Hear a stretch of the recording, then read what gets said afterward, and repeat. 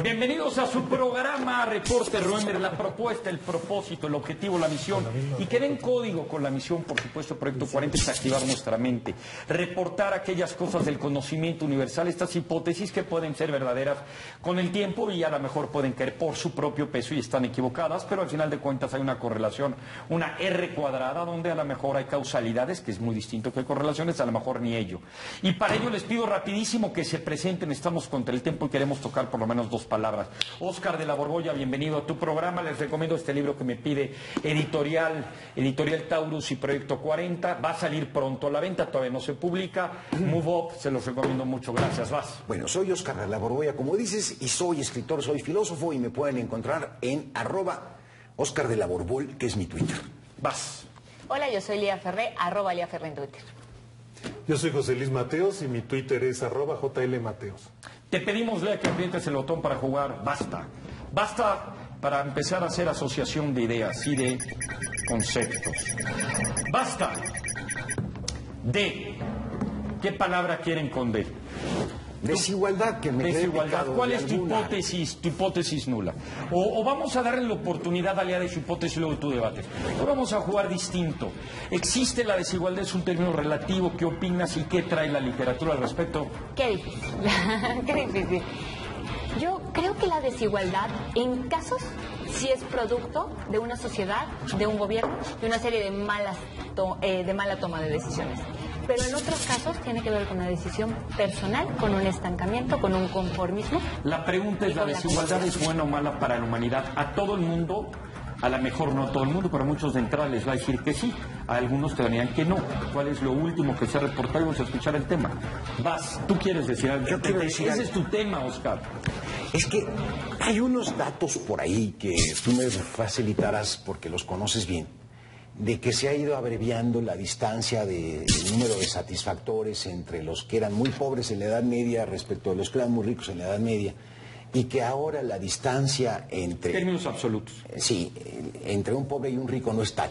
Hay un libro muy interesante... No, de entre tu Andy capacidad Warhol. como vivías antes como rico y hoy como pobre. Sí. Pero entre pobres y ricos sí hay diferencia en este siglo. Sí, Y es el otro también. sí, pero me refiero a una cosa que plantea Andy Warhol en un libro que se llama Mi filosofía de la A a la B. Ahí dice que un neoyorquino puede comer el mismo hot dog, porque es el mejor que venden en Central Park, por el mismo precio y que cualquiera tiene acceso a él. Y también una Coca-Cola la puede comprar y con esto ya disfrutan y tienen un rango de satisfacción más o menos similar. Lo que yo creo es que actualmente los medios nos permiten asomarnos a lo que antes ni en sueños podían tener como expectativa de vida las personas.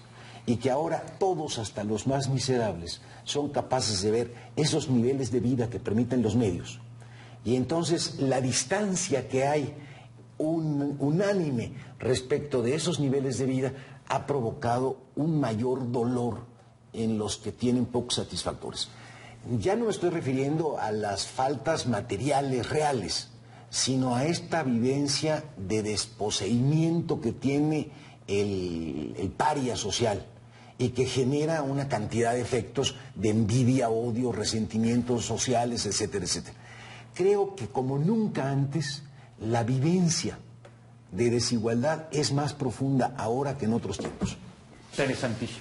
Sí, bueno, desde ese punto de vista pues sí coincido, porque los medios de comunicación que tenemos, donde puedes, es como una ventana para ver todas esas cosas de las que te estás perdiendo, digamos, por no tener el dinero suficiente, pues no existían en la Edad Media. Pero efectivamente había una desigualdad que se ha ido cerrando en el sentido de que había una diferencia brutal pensando en Europa. Y claro, aquí había que distinguir, porque una cosa es hablar de Suecia y otra cosa es hablar de, por ejemplo, algún país en Latinoamérica o de la India, ¿no? O nuestro propio México. Y entonces sí, en México concretamente pues hay una desigualdad muy, muy marcada, ¿no? Pero hay otros países que uno como país debería tender o aspirar a tener esa desigualdad más reducida, que sí existe ya, que sí se ha reducido, en particular no solo en Europa, sino en Europa, los países nórdicos, que son el ejemplo para muchos, o el paradigma a seguir, en donde justamente sin caer en, por ejemplo, en una cuestión comunista totalmente artificial, que ya sabemos cómo resultó ese experimento, es una cuestión donde el Estado sí tiene una vocación social muy importante, donde hay esa desigualdad se penaliza de alguna forma con el impuesto, y ese impuesto se redistribuye a otras cosas. Entonces gozan de servicios que eran impensables y que incluso otros países europeos no tienen. Y yo creo que eso debe ser un rol a donde hay que aspirar. Y México tiene sus particularidades, pero deberíamos ir hacia allá caminando lo más pronto posible, ¿no? Yo me atrevería a levantar esta hipótesis en el sentido de que creo que la única manera de poder sanear la desigualdad es la educación. Porque cuando tú educas, enseñas también a la gente que tener 18 hijos no es la solución, porque aunque trabajaras 18 horas diarias, no te alcanzaría. Es un sistema en el que tenemos que educar, tenemos que invitar a la gente a pensar, en donde tenemos que hacer más emprendedores, donde tenemos que dejar de ser un pueblo maquilador. Creo que esa es la parte más importante, porque no es nada más la parte de las comodidades, sino también la parte de las oportunidades. Y para encontrar las oportunidades hay que saber verlas. Bueno, mi hipótesis tiene algunas diferencias con las suyas, pero yo creo que hay pocas palabras tan complejas y equívocas como esta. Y que hay fuerzas que jalan para muchos lados. Pero en relación a lo que tú dices, sin duda alguna la gran pregunta, pero no tiene que ver con el tema, pero es interesante de todos modos.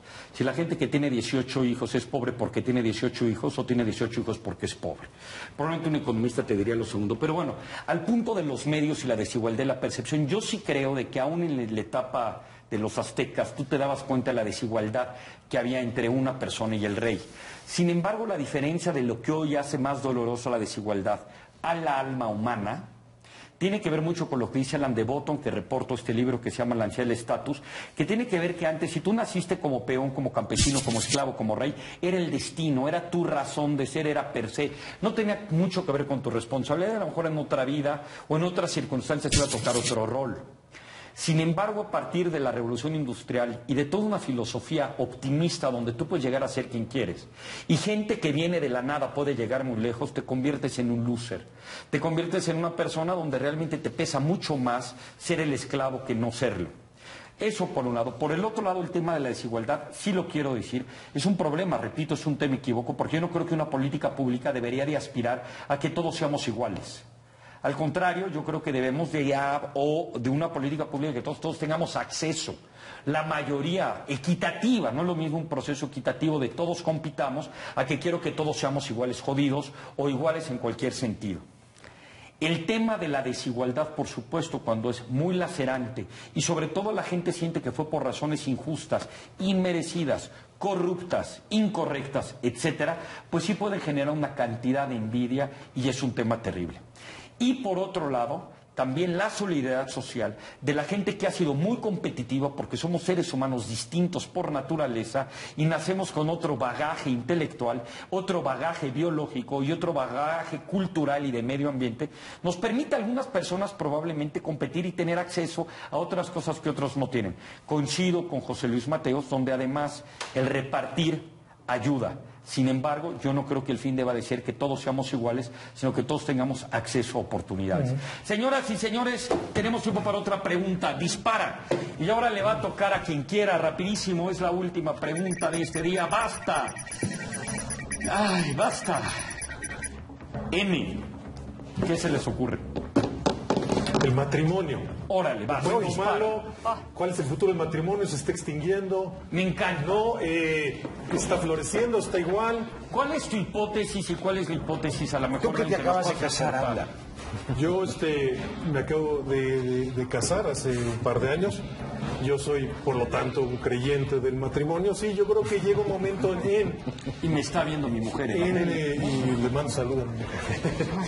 Sí, yo soy un convencido. Creo que las grandes celebraciones, hay dos grandes celebraciones en todas las culturas, en la humanidad. Una es el nacimiento, que lo celebramos de diferentes formas, pero hay una gran celebración que es el bautizo, puede ser algún ritual asociado al nacimiento, y el otro es el matrimonio. Y claro, hay el tercero, que es algo triste, que es pues morir. pero el gran evento socialmente es cuando una pareja, ¿no?, que generalmente es hombre o mujer, pero ahora, y ese es otro tema que también ahora se abrió a parejas del mismo sexo, pero estoy hablando en general del matrimonio, es como oficializar algo, y entonces la sociedad siempre apoya y ve con muy buenos ojos, y nos gusta, y es una gran fiesta, una gran celebración. Y cuando alguien te dice, me voy a casar, siempre hay como decir, felicidades, oye, qué gusto. Quiere decir que si lo toma y es una decisión pensada, siempre esto es algo que viene bien. Aunque también, y recientemente, pues están otro tipo de relaciones, pero bueno, eso es un poco el debate. Yo creo que es bueno el matrimonio, que siempre va a seguir ahí, ¿no? Wow. No nos diste un fundamento más allá de que estás felizmente casado y te felicitamos. Yo quisiera poner una hipótesis en la mesa. La gente se casa por el mismo motivo hoy de lo que se casaba el siglo pasado. Las mujeres tienen un rol distinto. El concepto de matrimonio se ha modificado. Esa sería mi hipótesis. Si es el mismo móvil. No es solo el cariño, porque antes tu marido te mantenía. No, era el matrimonio por conveniencia. O hay matrimonios arreglados, y que muchas culturas. Pero, por ejemplo, hoy una mujer que no se casa no es mal vista. Es que nos estamos yendo por la tangente. Sabemos perfectamente la tasa de divorcios y las dificultades de estar más de 10 años casados. Existe el típico chiste que dice, mi amigo lleva 10 años casado, lo que quiere es ser original. José Luis Mateo está en su segunda ronda, muchos están en su tercera o cuarta. ¿Realmente hay una alternativa o es como la democracia, diría Churchill, menos de los malos posibles mundos de la política democrática? Tú tienes que decir tu punto de vista. A mí me parece que el matrimonio, si lo ejecutas de la manera correcta, es un trámite y una sociedad mercantil y social que funciona. Si no estás listo y no tienes el socio adecuado, no va a funcionar, como cualquier otro negocio en la vida. Yo no me atrevo a dar mi opinión, porque no le quiero romper el corazón a José Luis Mateos, que ha hecho una apología del matrimonio al nivel de convertirlo en el acontecimiento más importante de la existencia. Y yo lo he reducido a un trámite mercantil. Qué fuerte está lo que viviste. No hay una fiesta comparable. Es como la feria del matrimonio. Dependiendo de cómo le va a cada quien en la feria, así habla de la feria. Claro. Y José Luis Mateos pues, lleva 2 años de casado, entonces es explicable que esté en... Si lo quieres invitar cuando lleve 12 a hablar de lo mismo, no me le vamos a decir por eso estoy hablando en serio, si tú pudieras realmente influenciar en las políticas, ahorita hay revoluciones, como estamos hablando, para bien, de que cada quien se case con quien se quiera casar. Sí, pero hablamos de la institución del matrimonio, que al final de cuentas yo como economista te podría decir que es un acuerdo donde hay barreras de entrada a la competencia. Sí, es un monopolio. A mí me es decir, parece... aquí, esta es mía, yo soy tuyo, aquí, ¿no? Es una exclusividad, vamos a ser felices, bla, bla, bla. ¿Qué opinas? A mí me parece una institución sobreviviente de una época en la que se consideraba que las personas podían ser propiedad privada y en la que no había estudios de ADN para determinar la identidad de los hijos. ¿Crees que esté en vías de extinción? Y en donde se creía que así se garantizaba un poco la solidez de la sociedad fundada en una familia bien Perdón que constituida. rápido te haga esta pregunta. ¿Y el vivir en pareja te parece algo biológico? Olvídate de la institución del matrimonio. El vivir en pareja me parece muy bien. Okay. ¿Te parece la más unión duro? libre me parece una forma buena para curar la soledad. El vivir y en para pareja muchas con una cosas. persona para el resto de tus días. Puede ser, La pero siguiente no por pregunta es si está un casado. papel, no por una ceremonia. Señoras y señores, me da una Por pena eso, que tu se nos ha acabado problema el es tiempo. ¿Estás sentir casado? que te tienen con un papel. Sí. Ese es tu No, problema. sí les quiero no el compartir tener el que este es compromiso un con la gran otra debate persona. y traer y reportar los grandes trabajos de Ray Kurzweil. Ray Kurzweil, aparte que acaba de crear un nuevo libro, más de sus famosos libros de Singularity y el espíritu de las máquinas, ahora creando una mente, una de las mejores obras que alguien puede leer. Ray Kurzweil, le pido al productor que por favor busque los libros, los ponga en los programas, porque estos programas están hechos con mucha antelación, y compartirles que él dice que pronto la esperanza de vida, es más, la gente que nace hoy ya tiene esperanza de vida en países desarrollados de 150 años, que la gente que nace en 2034 probablemente de 300 años, y que la institución del matrimonio, una pareja para toda la vida, pues está ¿Te asusta? Fuerte amenaza, porque no es lo mismo vivir con alguien 15, 20 años, 30, que mucho más que ellos. Por final de cuentas, ¿usted qué piensa? Este fue Reporte Roemer y este es su canal, el Proyecto 40. Activa tu mente. Muchas gracias.